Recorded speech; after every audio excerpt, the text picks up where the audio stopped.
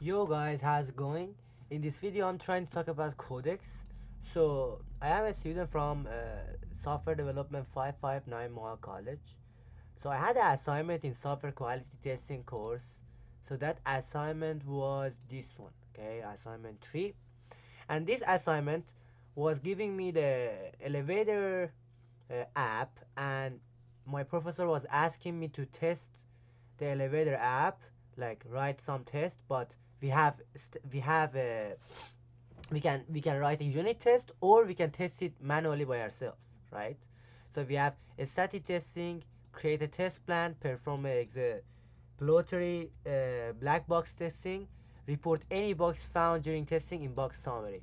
So basically I am gonna be a user who is gonna check all of these for this app.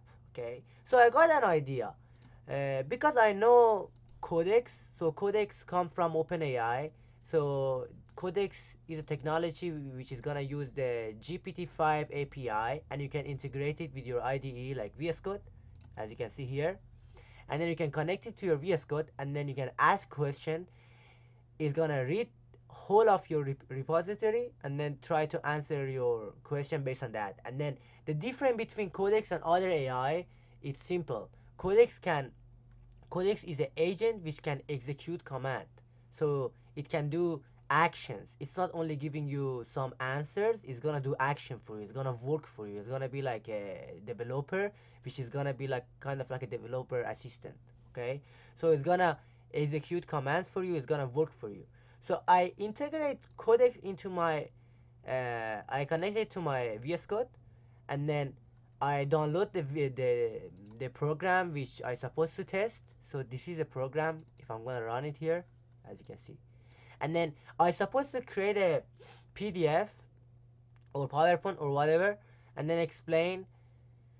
First of all, I have to test the input and then check the result, and then try to kind of test the app, look for bugs and all that.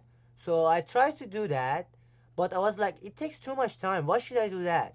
So what I did next, so I generated the beautiful PDF here, which is a HTML file. Then I can convert it to PDF, and then this one has my information here and it has everything: introduction, a scope of testing, test cases even. So we have positive test case and we have negative test case, test to fail, and we have test to pass.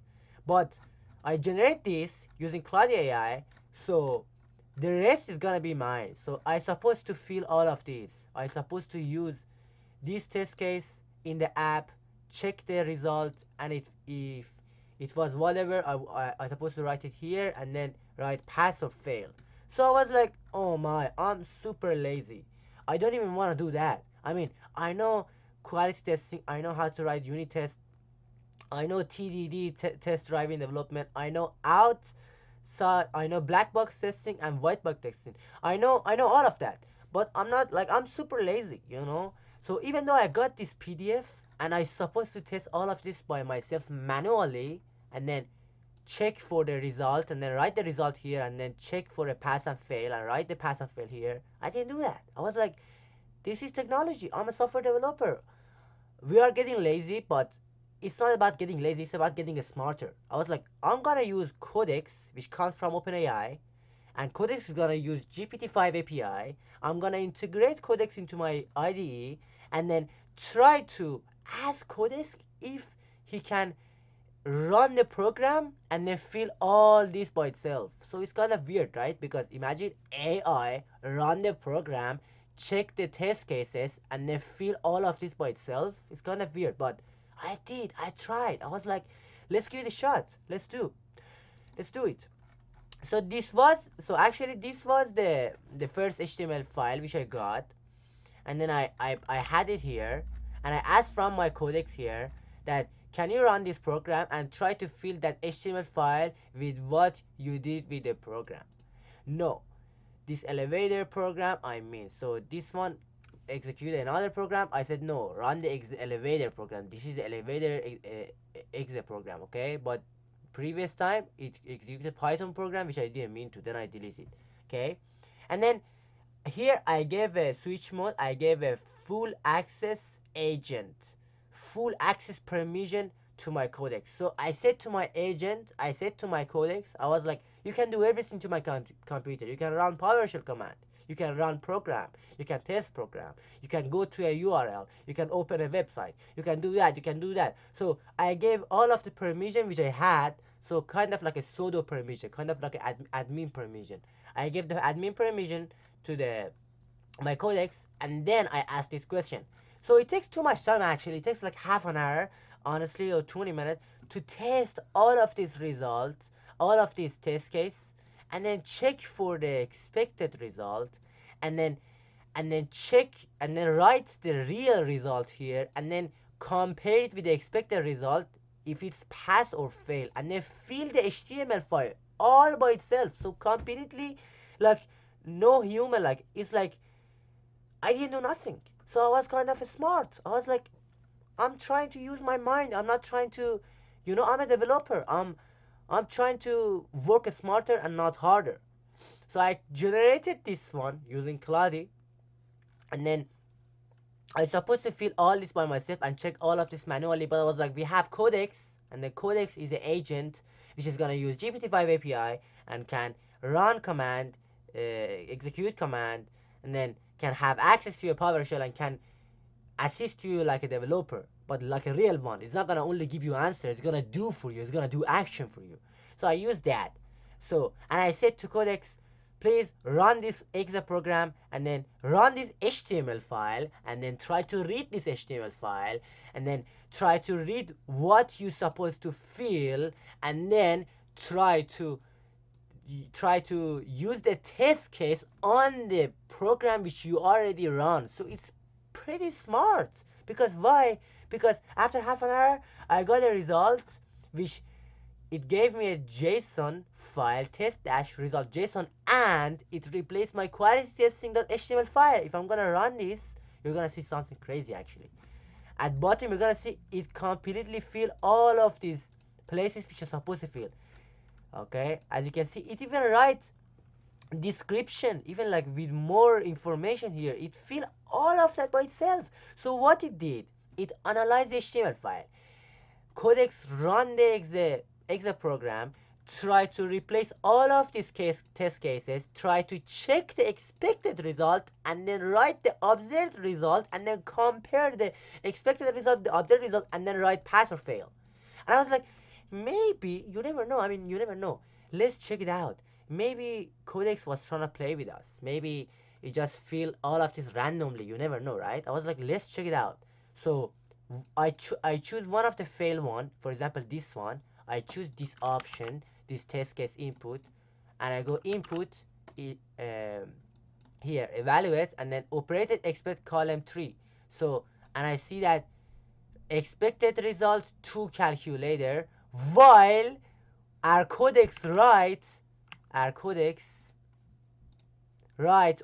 this one, operated expected column 3, exactly this one. So our codex copy this one and then put it in observed result and then take a decision to say fail, which is right, which is completely right, because it's supposed to show two calculator while it shows operator expected like column 3. So then it's fail, and our codex do everything. So basically our codex AI kind of write the test case here.